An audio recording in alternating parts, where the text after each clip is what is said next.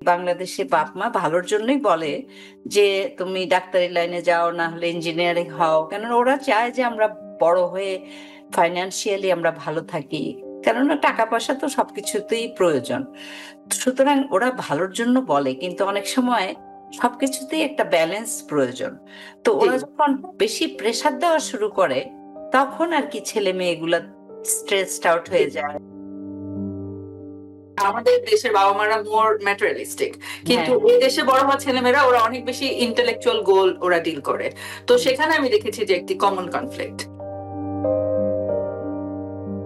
এত উন্নত দেশ আমাদের যুক্তরাষ্ট্র, সেখানেও আমি দেখেছি এখনকার জেনারেশনের অনেক ছেলে মেয়ে আমাকে রিচ আউট করে যে আমার এই ধরনের একটি ক্রাইসিস, তুমি কি এই বিষয়ে একটু কথা বলতে পারো কিনা, বা তুমি কি আলোচনা অ্যারেঞ্জ করতে পারো কিনা। কারণ হয়তোবা আমাদের সাংস্কৃতিক কারণে হোক, পারিবারিক কারণে হোক, তারা হয়তো বাবা মার সাথে তার এই কথাগুলো সরাসরি বলতে কমফোর্টেবল ফিল করছে না, কিন্তু সে পার্সোনালি সাফার করছে, সে থেরাপিস্টের কাছে যাচ্ছে, সে অ্যাংজাইটি মেডিকেশন খাচ্ছে, কিন্তু আসলে হেল্প হচ্ছে না।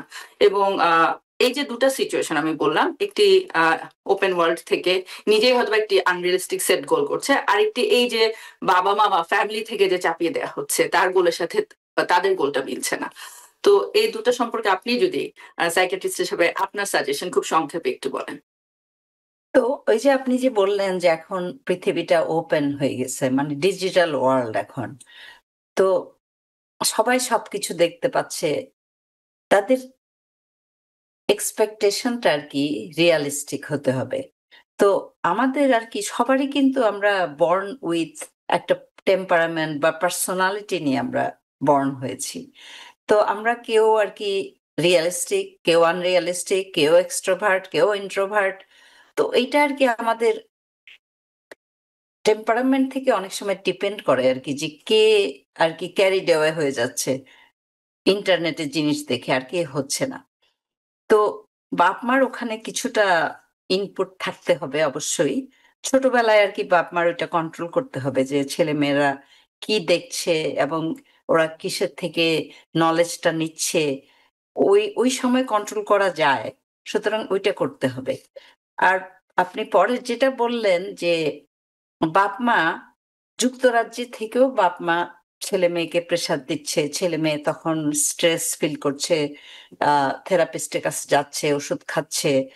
তো এখন এটা হলো, আমি যেটা প্রথমেই আর কি বলেছি যে আমি খুব passionate about stigma and awareness.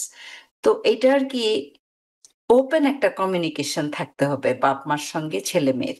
তো এখন যদি কোনো বাপ মা এই প্রোগ্রামটা শোনে, তাদেরও বুঝতে হবে যে আমরা একটা ফ্রি ওয়ার্ল্ডে আছি।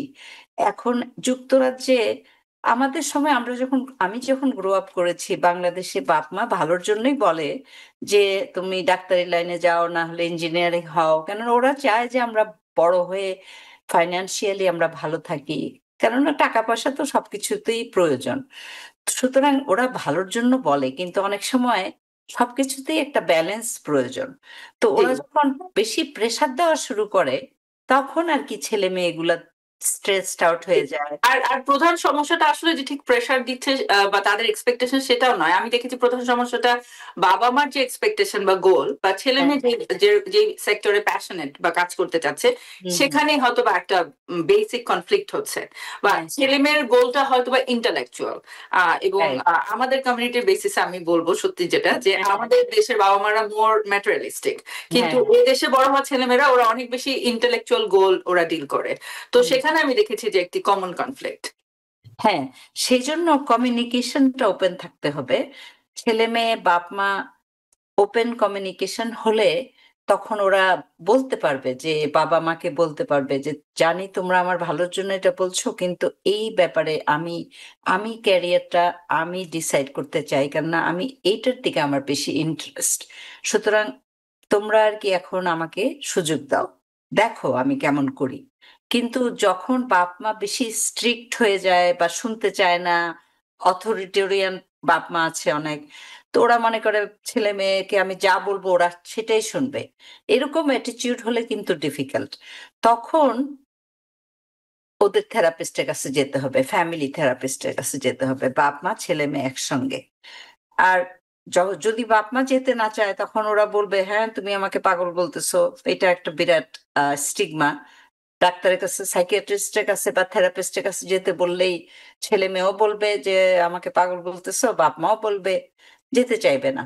তখন ছেলে মেয়ে যেহেতু যারা এই দেশে বর্ন অ্যান্ড ব্রট আপ, ওরা যদি ওপেন থাকে তখন তাদের যেতে হবে।